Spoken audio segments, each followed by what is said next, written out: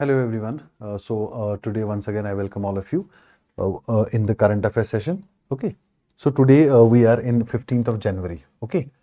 And on this 15th of January I have got some very good articles from the Hindu newspaper which you must read today and I will explain them very thoroughly. Okay. So these are the articles which I have taken up from the Hindu newspaper. The first one is Iran signals executions trials amid Trump's threat.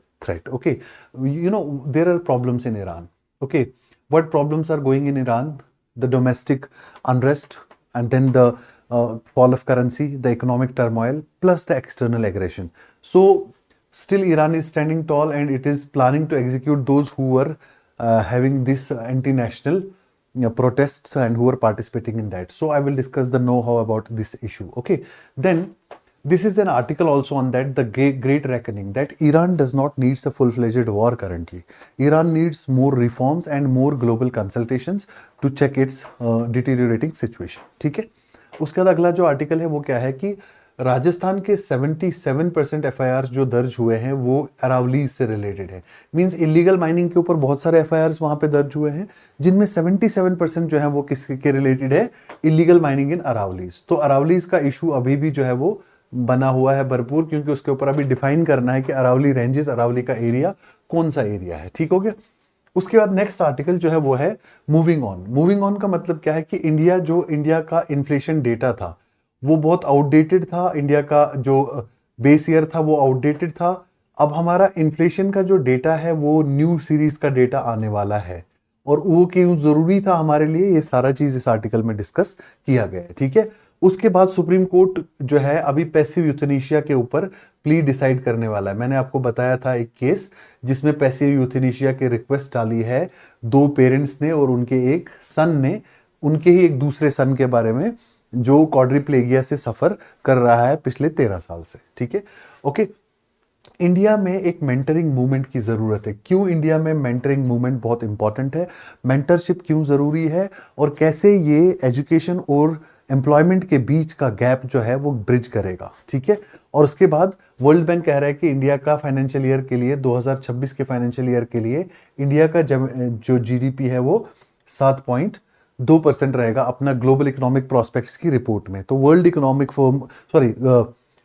World bank की global economic prospects report जो है इसमें मैं discuss करूंगा. ठीक है. और global unemployment rate जो है वो हमेशा अभी लो चल रहा है और हिस्टोरिकली ये लो ही रहने वाला है. ये इंटरनेशनल लेबर ऑर्गेनाइजेशन की एक रिपोर्ट है जिसको हम डिस्कस करेंगे. ठीक है. ये सारे आर्टिकल्स हैं. ठीक. पहला आर्टिकल क्या कह रहा है? ईरान में जो इश्यूज हैं उन सारे इश्यूज के चलते चलते इस वक्त ईरान में सबसे पहले हुआ क्या, सिर्फ ईरान में इन्फ्लेशन के ऊपर एक इशू स्टार्ट हुआ. लोकल शॉपकीपर्स ने स्ट्राइक करना शुरू कर दिया. ठीक है. वो इतना इन्फ्लेशन के ऊपर जब स्ट्राइक्स हुई, ये स्ट्राइक्स जो हो गई ये वायलेंट नेशन वाइड प्रोटेस्ट्स में कन्वर्ट हो गई. ठीक है. ये वायलेंट नेशन वाइड प्रोटेस्ट्स में कन्वर्ट हो गई. ठीक है. और प्रोटेस्टर्स के ऊपर हर हमेशा गवर्नमेंट एक बहुत ही स्ट्रॉन्ग फोर्स के साथ उनको ट्रीट करती है. Government strong reaction. ठीक है. अब गवर्नमेंट का जो स्ट्रॉन्ग रिएक्शन है उसका काउंटर रिएक्शन जो आया वो कहां से आया? यूएसए से. यूएसए से क्या काउंटर रिएक्शन आया? पहले तो यूएसए ने कहा कि अगर ईरान अपने प्रोटेस्टर्स के साथ ऐसा ही करता रहा तो हम उनकी हेल्प के लिए आएंगे. मींस एक हिसाब से एक थ्रेट. ठीक है. यूएसए का काउंटर रिएक्शन आया इसके ऊपर, लेकिन गवर्नमेंट ने पूरा क्रैकडाउन कर लिया, ब्लॉकेड कर लिया. ठीक है. इंटरनेट की जो इंपॉर्टेंट वाइटल इंटरनेट लाइंस थी वो भी पूरी तरह से ब्लॉक कर दी. ठीक है. To maintain peace and stability, जो कि हर कंट्री का एक राइट होता है कि इंटरनल पीस, इंटरनल स्टेबिलिटी को मेंटेन करने का. इंटरनल मैटर है. पता नहीं चाचा यहां से क्यों चिल्ला रहे हैं, समझ रहे हैं मेरी बात को. ठीक है. खैर ग्लोबल इंटरनेशनल रिलेशंस में इनके और भी मैनिफेस्टेशंस होती हैं और भी चीजें होती हैं, क्योंकि आपने पास्ट में देखा होगा Iraq under the period of Saddam Hussein, then also Libya under the leadership of Muammar al-Gaddafi. Okay, so also Afghanistan. यहां पे इंटरनेशनल इंटरवेंशंस हुई हैं कई दफा पे, पीस के नाम पे, पीस एस्टेब्लिश करने के नाम पे, काउंटर टेररिज्म के नाम पे. ठीक है. अभी रिसेंट जो है वेनेजुएला. ठीक है. वेनेजुएला भी इसी सीरीज में आ गया कि वहां भी एक प्रेसिडेंट को, सिटिंग प्रेसिडेंट को एक कंट्री के लोग उठा के ले गए, ठीक है, on the pretext of cyber terrorism, ठीक है। सेम केस इराक में भी, ईरान में भी है इस समय। लेकिन ईरान की गवर्नमेंट कह रही है कि हमको जो है, जो भी एंटी नेशनल एक्टिविटीज कर रहे हैं, we will trial them, put to them on fast track trial, and if they are found guilty we will also go for their execution. वो इसलिए कह रहे हैं कि nation is always first, nothing anti national can be tolerated. अब वहां पे जो करंट रिजीम है अंडर आयतुल्लाह खमेनी, उस रिजीम के सपोर्टर्स भी बहुत ज्यादा रोड्स पे नजर आए, ठीक है। वहां के कोर्ट का भी जो है यही टेक है कि जो भी करना है इसको बहुत ही ज्यादा जल्दी करना है, ठीक है। वहां के जो जुडिशरी के चीफ है गुलाम हुसैन मोहसिनी ईजी, वो भी ये कह रहे हैं कि जो भी लोग अगर एंटी नेशनल कॉन्स्पिरेसीज में पाए गए, they must be put to trial and if found guilty they must be executed. In between हमारे for external affairs minister S Jaishankar sahab worried है इंडियन पॉपुलेशन इन ईरान, ठीक है। लोकल यहां की पॉपुलेशन को कहा गया है कि अवॉइड ट्रेवल टू ईरान, और वहां के लोगों के लिए जो है all the diplomatic talks are going on कि उनको कैसे वहां से इवैक्यूएट कराया जाए, क्योंकि ईरान एम्बेसी ने भी वहां के इंडियन रेजिडेंट्स को कहा है कि they may leave as soon as possible, ठीक है। अब ईरान के जो इशू का अंडरस्टैंडिंग है वो आज के एडिटोरियल ने कवर किया है। एडिटोरियल कहता है कि ये शुरू हुआ एक लोकलाइज्ड स्ट्राइक के फॉर्म में, it was basically nothing but a localised strike. लेकिन आगे बढ़ते बढ़ते हुआ क्या, ये पूरी तरह से कन्वर्ट हो गया एक नेशन वाइड क्राइसिस में। नेशन वाइड क्राइसिस में ऑयल का प्राइसेस बढ़ाया जाना और वहां से स्टार्ट हुआ, और जैसे ही आप देखोगे ईरान की करेंसी जो है रियाल, ठीक है, रियाल का जो है डेप्रिसिएशन हो गया, रियाल का फुली डेप्रिसिएशन हो गया। इतना डेप्रिसिएशन हो गया कि पुराना जो रियाल है, आज का रियाल उसका 0.0001 ये रह गई वैल्यू ओरिजिनल रियाल की, ठीक है। जब हम डॉलर्स के कंपैरिजन में करें तो $1 आज 11.5 लाख रियाल्स के बराबर हो चुका। इतना सीवियर करेंसी डेप्रिसिएशन हो गया। इसकी वजह से वहां पे करेंसी डेप्रिसिएशन जो है वो हाइपर इन्फ्लेशन को सिग्नल करता है कि इन्फ्लेशन बियॉन्ड कंट्रोल हो गई, इकोनॉमिक सिस्टम पूरी तरह से कोलैप्स हो रहा है वहां, ठीक है। लेकिन इसके अलावा डीप सी प्रोटेस्ट से अलावा, ठीक है, इसके अलावा क्या है वहां पे कंसिस्टेंटली पास्ट में अगर देखोगे, उनके जो यूरेनियम एनरिचमेंट प्रोग्राम है या उनका जो न्यूक्लियर प्रोग्राम है, उसमें हमेशा वेस्टर्न कंट्रीज ने कंसिस्टेंटली सैंक्शंस लगा रखे हैं उनके ऊपर, trading sanctions, import export sanctions, ठीक है। उसके बाद फूड सब्सिडीज भी वहां की गवर्नमेंट ने वापस ले ली, क्यों? क्योंकि कंसिस्टेंटली इन्फ्लेशन हो रहा था। और इजराइल ने बॉम्बिंग कर दी जून 2025 में, ठीक है। फिर यूएसए ने भी उसको सपोर्ट कर दिया, ठीक है। और कई सारे जो है ये सारे इश्यूज हैं external as well as internal, जिसने ईरान को पुश कर दिया, इसमें क्राइसिस में पुश कर दिया, ठीक है। लेकिन और डोनाल्ड ट्रंप कंसिस्टेंटली वार्न कर रहे हैं इराक में कि यहाँ की जो अथॉरिटेरियन रिजीम है इसको अपरूट करो, वहां के लोकल्स को कह रहे हैं help is on the way. इस तरीके के statements are taken as challenge to the established regime in the Iranian dominion, ठीक है। अब ये रिपीटेड प्रोटेस्ट जो है ये सिर्फ ये नहीं बता रहे कि एक्सटर्नल थ्रेट्स है, ये इंटरनल वीकनेसेस को भी हाईलाइट कर रहे हैं, ठीक है। और ये कह रहे हैं कि स्टेट की पब्लिक ग्रीवेंस को रिड्रेस करने की कैपेसिटी बहुत कम है। अगर पब्लिक ग्रीवेंसेस टाइमली रिड्रेस हुए होते तो इतना हंगामा होता ही नहीं। समझ रहे मेरी बात को? तो स्टेट की इंटरनल वीकनेसेस जो है वो इससे हाईलाइट हुई है, ठीक है। अब इस सभी चीजों के बावजूद काफी सारे जो है लॉयलिस्ट हैं गवर्नमेंट के, अभी भी मौजूद हैं, और गवर्नमेंट की तरफ जो लॉयल्टी है उसमें कोई क्रैक नहीं विजिबल हुआ, ठीक है। तो फोर्स्ड रिजीम चेंज का जो अटैक है अमेरिका की तरफ से, परसेप्शन है कि ऐसा हो सकता है अमेरिका करे, लेकिन ये एक बड़ी थ्रेट होगी और बड़ा प्रॉब्लम होगा। और ये मैंने आपको बता दिया, Iraq under the regime of Saddam Hussein, then Libya under the regime of Muammar Gaddafi, Afghanistan also. तो ये सारी कंट्रीज जो है परमानेंट सोल्यूशन अभी वहां पे भी नहीं हुआ। अमेरिका ने जो कमिट किया था कि हम यहाँ के पीसफुल रिजीम एस्टेब्लिश करेंगे, they are all in turmoil. तो ये सेम होगा अगर ईरान के साथ भी ऐसा करेंगे, तो वो भी एक वैसा ही एक इनिशिएटिव होगा। ज्यादा जरूरत क्या है कि डायलॉग एंगेजमेंट के करो, डायलॉग करो और मीनिंगफुल रिफॉर्म्स को प्रमोट करो। This is the best solution आज के एडिटोरियल के हिसाब से जो दिया गया है। अब ईरान में क्या इस वक्त जरूरी है?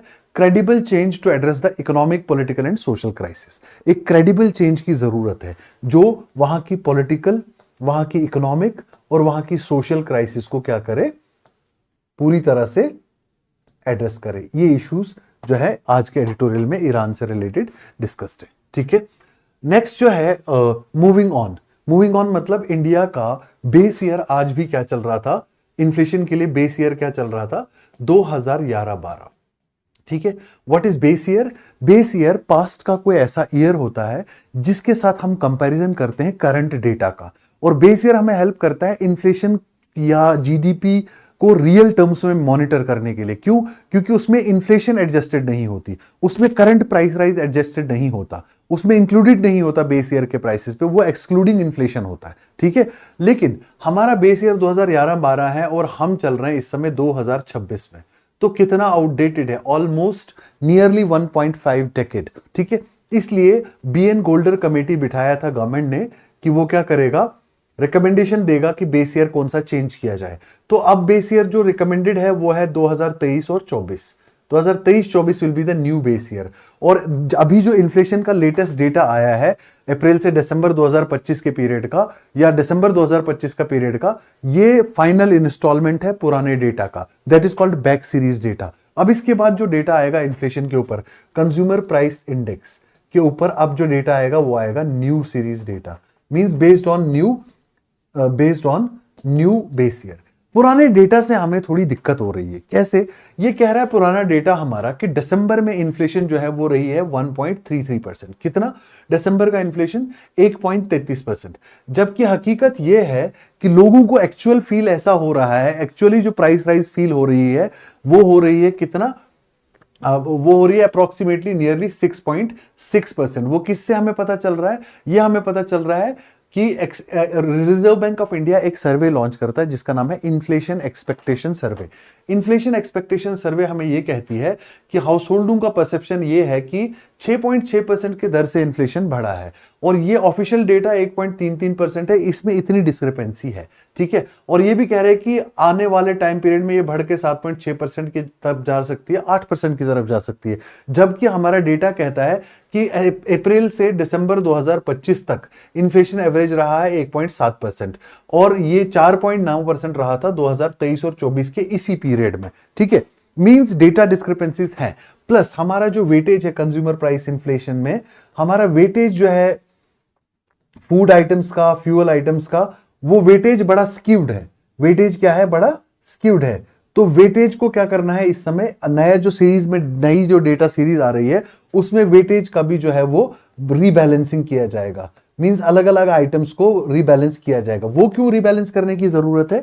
क्योंकि 2025-26 में वो आदतें, खाने पीने की, कंजम्पशन का वो पैटर्न नहीं है जो 2011-12 में था। तो आप सेम वेटेज नहीं रख सकते, क्योंकि तब के टाइम देखें तो मैनुअल वर्क और ज्यादा होता था, तो फूड एंड बाकी आइटम्स को थोड़ा ज्यादा वेटेज आपने रखा था।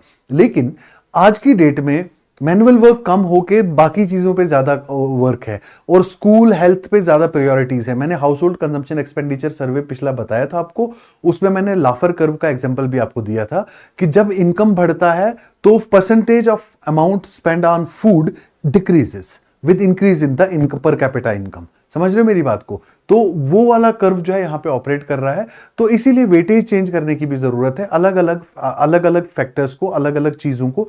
वेटेज जो है 2011-12 की जो है वो आज नहीं रख सकते, क्योंकि कंजम्पशन पैटर्न ड्रास्टिकली क्या हो चुका है, चेंज हो चुका है। ठीक है, उस टाइम का अब लोगों का कंजम्पशन पैटर्न जो है आज भी जो है वो बिल्कुल डिफरेंट हो चुका है। और डिफरेंट इसलिए हो चुका है क्योंकि सब्सिडीज भी काफी सारी गवर्नमेंट दे रही है अलग अलग चीजों पे। तो नेचुरली जिन चीजों पे सब्सिडीज है, सब्सिडाइज चीजों की कंजम्पशन बढ़ चुकी है, और सब्सिडीज जिन चीजों पे कम हो चुका है उनका डेफिनेटली कंजम्पशन भी कम हो चुका है। ठीक है, तो इसीलिए हमको अपडेशन की सख्त जरूरत थी, इसलिए हम मूव ऑन कर गए हैं और हम अब न्यू सीरीज डेटा की तरफ आ रहे हैं। ठीक है, उसके बाद नेक्स्ट आर्टिकल है इंडिया में मेंटरिंग मूवमेंट की जरूरत क्यों है। ठीक है, मेंटरिंग मूवमेंट की जरूरत इसलिए है कि हमारा हर साल 40 मिलियन लोग, 40 मिलियन लोग जो है वो हायर एजुकेशन में है। इस समय हमारे हायर एजुकेशन में 40 मिलियन लोग हैं। ठीक है, और इन 40 मिलियन में से 10 मिलियन हर साल किस में आ रहे हैं, लेबर फोर्स में आ रहे हैं, पर उनको उनकी अकॉर्डिंग जॉब नहीं मिल रहा। वर्ल्ड बैंक भी ये कह रहा है, इंटरनेशनल लेबर ऑर्गेनाइजेशन भी ये कह रही है कि बहुत ज्यादा इस वक्त हमारे यहां पे गैप है। किस चीज के बीच में? There is a gap between education and employment. तो इस गैप को ब्रिज करने के लिए हमको मेंटरिंग मूवमेंट चाहिए। मींस हमको mentorship programmes across the country launch करने चाहिए, डिफरेंट प्रोग्राम्स के लिए, डिफरेंट स्किल बिल्डिंग के लिए, ताकि हमारी यूथ के अंदर स्किल्स इतने बिल्डअप हो सके और बहुत प्रॉपरली जो है हमारा यूथ जो है वो जॉब्स ले सके। ठीक है, इसमें एक जेंडर इश्यूज भी हाईलाइट किया गया कि जेंडर इशू ये है कि कंपैरेटिवली वुमेन को कम प्रेफर किया जाता है जॉब्स के लिए एज कंपेयर टू मैन। ठीक है, हालांकि वुमेन भी इक्वली, अब जो जेंडर गैप है एजुकेशन में अप टू ग्रेजुएशन लेवल वो बहुत कम हो चुका है। ठीक है, और ये गैप जो है हमेशा वर्क रिलेटेड इश्यूज में क्यों आता है? क्योंकि आर्टिफिशियल इंटेलिजेंस ने भी टेक ओवर कर लिया। ठीक है, स्किल्स का भी गैप है। ठीक है, स्किल गैप भी है। ठीक है, फियर एंड सिक्योरिटी इश्यूज भी हैं। ठीक है, ये सारी चीजों को ब्रिज करने के लिए हमको डिफरेंट एरियाज में मेंटरशिप के प्रोग्राम्स, मेंटरिंग मूवमेंट्स, इंडिया को एक मेंटरिंग मूवमेंट स्टार्ट करना है। A movement specially for upgradation of skills of the people. Mentoring movement जो है वो स्टार्ट करने की इंडिया को जरूरत है। ठीक है, वो यंग वुमेन के लिए भी जरूरी है और यंग मैन के लिए भी जरूरी है। ठीक है, इसमें इन्होंने एक एग्जांपल भी दिया है कि वो एग्जांपल दिया है इन्होंने किसका? एग्जांपल दिया है अपना जो एक ऑनलाइन प्लेटफॉर्म है जहां पे सारे अपने क्वालिफिकेशन, सीवीज वगैरह जो है वो अपलोड करते हैं, और वहां से जब जो एम्प्लॉयर होता है वो अलग अलग लोगों को पिकअप करते हैं जॉब के लिए। उसमें भी एक डिस्क्रिपेंसी पाई गई है कि जिनके पास ज्यादा रेफरेंसेस हैं, जिनके पास पर्सनल कॉन्टेक्ट्स हैं, ठीक है, तो लिंक्डइन से भी वहां उन लोगों को ज्यादा जॉब्स ऑफर की जा रही हैं। ठीक है, तो ये सारी चीजें जो है हाईलाइट करती हैं कि ministry of labour employment already एक मेंटरिंग प्रोग्राम लॉन्च कर रही है, बिल्ड कर रही है, जिसका नाम है नेशनल कैरियर सर्विस प्रोग्राम। लेकिन इसको एक्सपेडाइट करने की जरूरत है, इसको एक्सपेडाइट करने की जरूरत है और इसको प्रॉपर इंप्लीमेंटेशन की जरूरत है। तब जाके हम एक सिग्निफिकेंट ड्रास्टिक चेंज विटनेस कर सकते हैं हमारे एम्प्लॉयमेंट सिनेरियो में, तो ओवरऑल इसमें पूरा जो है ये बताया गया है कि कैसे मेंटरशिप जो है वो ज्यादा इंपॉर्टेंट है इस समय as compared to the raw and rough education related to subject matters. ठीक है, तो गैप जो ब्रिज करना है, स्किल्स, कॉन्फिडेंस और नेटवर्क एबिलिटी अगर आप चाहते हो स्टूडेंट्स के अंदर बिल्ड हो, तो आपको एक मेंटरिंग मूवमेंट इस वक्त लॉन्च करने की जरूरत है। ये बेसिकली आपके इकोनॉमी के एस्पेक्ट से बहुत इंपॉर्टेंट है, पर्टिकुलरली स्किल डेवलपमेंट, अनएम्प्लॉयमेंट के लिए। जब रिफॉर्म्स हम रिकमेंड करेंगे तो एक रिफॉर्म ये भी किया जा सकता है कि मेंटरिंग मूवमेंट जो है वो लॉन्च किया जाना चाहिए। ठीक है, World Bank raises India GDP growth projection to 7.2%। ठीक है, वर्ल्ड बैंक ने पहले अपना जो बताया था इट वाज 6.3%। ठीक है, earlier estimate of world bank कि इंडिया का जीडीपी ग्रोथ इतना रहेगा फॉर द ईयर 2025-26। अब वर्ल्ड बैंक कह रहा है कि नहीं, ये थोड़ा सा बढ़ जाएगा, ये 7.2% रहेगा। जब आपको याद होगा, मैंने पहले भी आपको बताया था कि यूएस की एक कंपनी ने भी 7.2% प्रोजेक्ट किया, लेकिन हमारी अपनी Ministry of Statistics and Programme Implementation कहती है 7.4% रहेगा, जो कि ऑलमोस्ट सिमिलर ही माना जाता है, इतना बड़ा डिफरेंस नहीं है। मींस हमारा एस्टिमेट जो है वो थोड़ा सा रियलिस्टिक है। ठीक है, लेकिन ये कौन सी रिपोर्ट में वर्ल्ड बैंक ऐसी बात कर रहा है? तो ये रिपोर्ट याद रखना, the report global economic prospects, global economic prospect. Who launches this report? Sometime UPSC asks very simple question about publication of reports.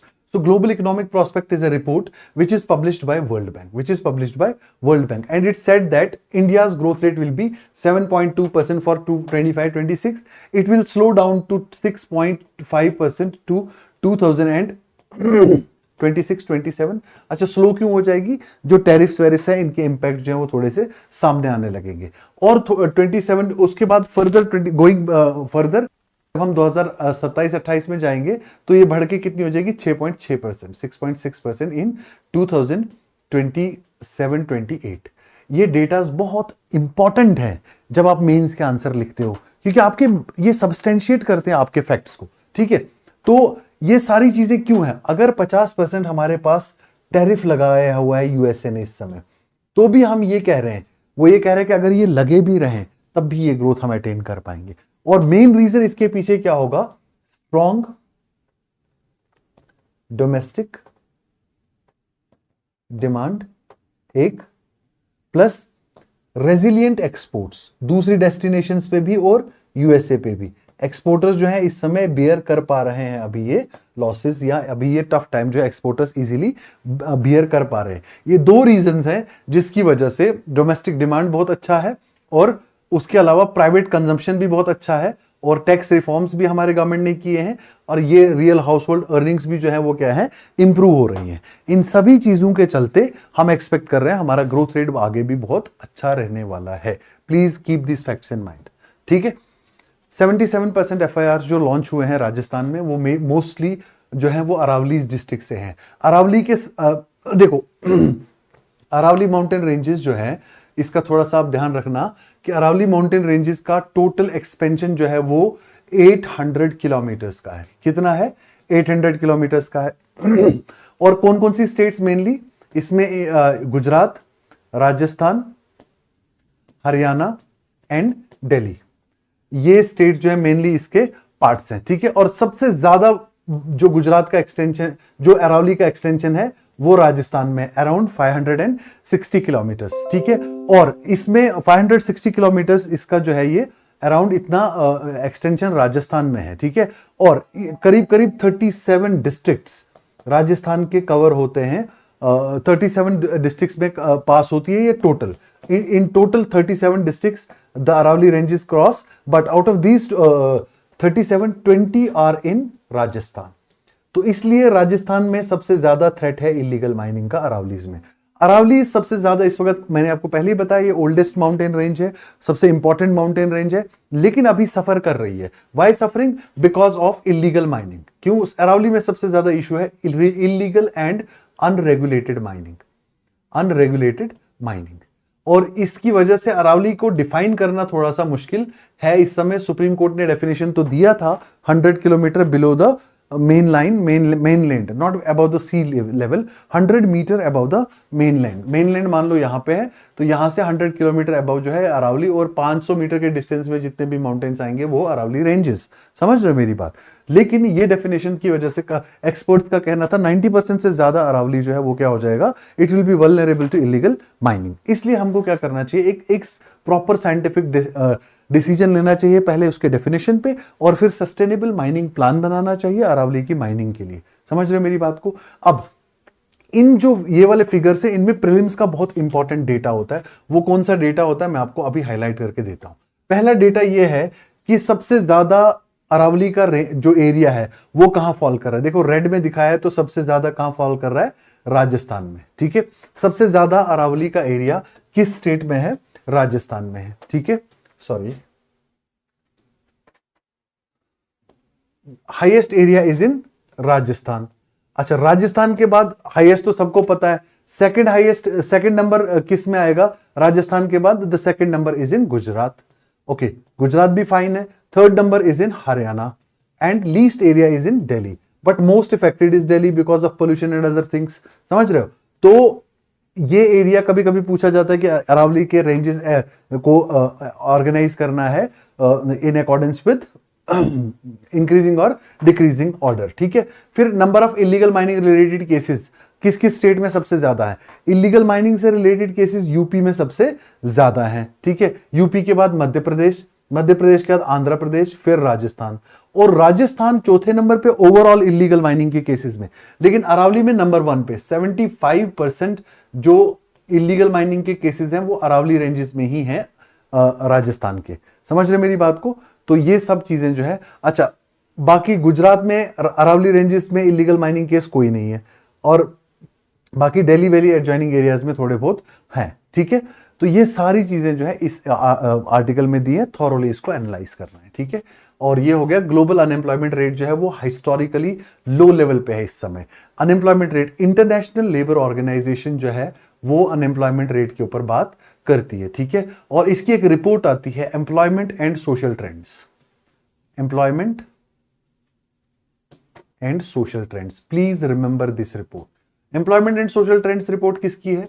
ये है इंटरनेशनल लेबर ऑर्गेनाइजेशन की, और ये कह रही है कि अनएम्प्लॉयमेंट जो है वो बहुत लो लेवल पे है। ग्लोबल अनएम्प्लॉयमेंट कितनी है? 4.9% is the global unemployment level.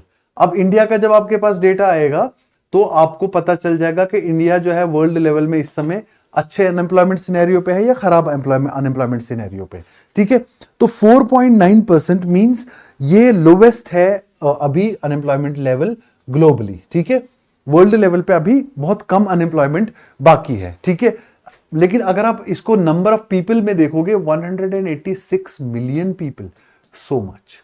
जब आप एब्सोल्यूट नंबर्स में जाओगे तो सो मच, लेकिन परसेंटेज वाइज देखोगे तो ये ठीक है, ठीक है। अब फिर भी इसमें अगर इतने लोग अनएम्प्लॉयड हैं तो एक्सट्रीम पुअर भी यही होने चाहिए, लेकिन एक्सट्रीमली पुअर और ज्यादा है। Around 284 million people, 284 million people live in extreme poverty, which is around 6 to 7% of the global workforce, ठीक है। उसके बाद ये रिपोर्ट और भी एक चीज कर रही है कि 2015 से लेके 2025 तक ये वर्कर्स और भी ज्यादा थे, करीब 10% लोग ज्यादा थे। तो एक्सट्रीम पॉवर्टी वर्कर्स जो है वो डिक्लाइन हुआ है, means number of workers under extreme poverty it has declined by 3% in a decade from 2015 to 2025, ठीक है। और यह भी कहा गया है कि आज की डेट में कितनी, मैंने आपको बता दिया 7.9% है, पहले इट वाज ऑलमोस्ट 11%। समझ रहे मेरी बात को, ठीक है। तो ये डिक्लाइन हुआ है, ठीक है। अब परसिस्टेंट फीचर ये कह रहा है कि अभी भी ट्रेड अनसर्टेनिटीज ग्लोबल लेवल पे हैं। ये मेन परसिस्टेंट फीचर क्या है? वो है ट्रेड अनसर्टेनिटीज, ट्रेड अनसर्टेनिटीज, क्योंकि सप्लाई चेन्स जो है वो पूरी तरह से रप्चर्ड हैं, ठीक है। और ग्लोबल इंस्टेबिलिटी इस समय पीक पर है, ठीक है। तो ये सारी चीजें हैं, लेकिन उसके बावजूद भी इस वक्त हमारे पास जो सिचुएशन है अनएम्प्लॉयमेंट की वो ज्यादा खराब नहीं है, काफी लोगों को है। लेकिन इसमें जो कोर इश्यूज हैं, 3 कोर इश्यूज हाईलाइट किए गए इस रिपोर्ट में कि अनएम्प्लॉयमेंट में अभी भी 2-3 चीजें अभी भी पाई जा रही हैं। एक तो जेंडर गैप, एक क्या हो गया? जेंडर गैप आज भी पाया जा रहा है, ठीक है। उसके बाद पॉवर्टी ऑफ वर्कर्स आज भी पाया जा रहा है, gender gap, poverty of workers, ठीक है। और uncertainty in trade ties, okay, uncertainty in trade, ये 3 मेन इश्यूज पाए जा रहे हैं इस समय जो अनएम्प्लॉयमेंट को इस वक्त फर्दर बढ़ावा दे रहे हैं। लेकिन फिर भी हमारी वर्ल्ड अनएम्प्लॉयमेंट जो है इस समय लोवेस्ट पे है, ठीक हो गया। Next and the last article, supreme court आज थर्सडे है, सुप्रीम कोर्ट ने आज डिसीजन देना है पैसिव यूथेनेशिया में, ठीक है। किसका केस है? ये हरीश राणा का केस है, ठीक है। ये एक स्टूडेंट है हरीश राणा जो अपने पेइंग गेस्ट अकोमोडेशन के 4th फ्लोर से गिरे, मल्टीपल हेड इंजरीज हो गई और मल्टीपल हेड इंजरीज की वजह से क्वाड्रिप्लेगिया हो गया और बेड रिडन है। जब उनका ये हुआ था उस टाइम पे he was approximately 18 years, okay, and today he is 31 years, okay. और 13 years he has spent in pain and agony। अब उसके मदर, फादर और छोटा भाई क्या कह रहे हैं कि अगर मेडिकेशन कोई मतलब ही नहीं रखती, अगर इसका इंप्रूवमेंट का कोई चांस ही नहीं है, तो 13 साल से हम इसे सफर करवा रहे हैं, अब हम क्यों इसे और सफर करवाएं? इसलिए they have made a plea before the court for passive euthanasia. क्या है, क्या चाहते हैं ये? Passive euthanasia. पैसिव यूथेनेशिया क्या है? ये एक प्रैक्टिस है टर्मिनली इल पेशेंट को किल करने की, पर कैसे?